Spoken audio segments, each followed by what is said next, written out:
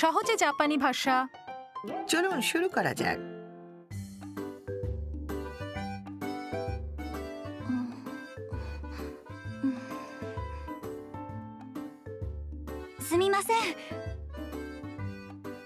ハルサンハウスはどこですか？ハルサンハウス？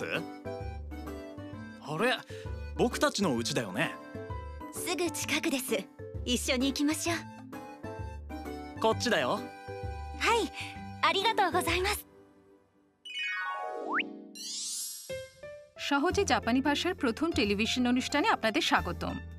প্রতিটি পর্বে আমরা সহজ ও প্রয়োজনীয় বাক্যাংশের সাথে আপনাদের পরিচয় করিয়ে দেব। আমি এমি ওতা। এই অনুষ্ঠানে আমাকে সঙ্গ দিচ্ছেন হারুসান। নমস্কার, আমি হারু, হারুসান হাউসের মালিক। তাম এবং তার বন্ধুদের বসবাস সেখানে। হারুসান, এই প্রথম আমি একটি রোবটের সাথে অনুষ্ঠান উপস্থাপন করছি। খুব মজা লাগছে। আমারও খুব ভালো লাগছে। এবার তাহলে শুরু করা যাক। আজ আমরা অবস্থান কি করে জিজ্ঞাসা করতে হয় তা শিখব। তামের প্রশ্ন হলো, হারুসান হাউস ওয়া দোকো দেসু কা? আপনি যদি কোনো জায়গার অবস্থান জানতে চান তবে জায়গার নামের পরে শুধু ওয়া দোকো দেসু কা যুক্ত করতে হবে। すみません、東京スカイツリーはどこですか？あそこです。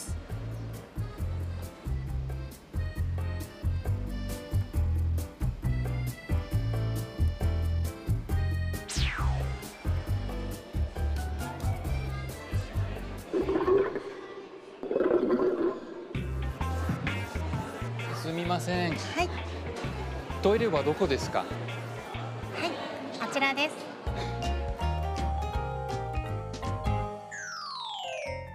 জায়গার নামের পরে শুধু ওয়া দোকো দেসু কা জুড়ে দিন, তাহলেই লোকজন বুঝে যাবে। এবার চলুন উচ্চারণ অনুশীলন করা যাক। হারুসান হাউস ওয়া দোকো দেসু কা? হারুসান হাউস ওয়া দোকো দেসু কা? ট্রিপটিক। টোকিও স্কাই ট্রির উচ্চতা 634 মিটার। জাপানের সর্বোচ্চ স্থাপনা হওয়ার দরুন কয়েক লাখ দর্শনার্থী প্রতি বছর এখানে আসে। অপেক্ষা করার সময় কমিয়ে আনতে দ্রুত প্রবেশের জন্য বিদেশি পর্যটকরা ফাস্ট পাস কিনতে পারেন। এবারের কাঞ্জি কোকোরো, এর অর্থ হলো হৃদয়। অনুষ্ঠান দেখতে থাকুন। সহজে জাপানি ভাষা আপনাদের নিত্য প্রয়োজনীয় বাক্যাংশ শিখতে সাহায্য করবে। গাম্বাত্তে।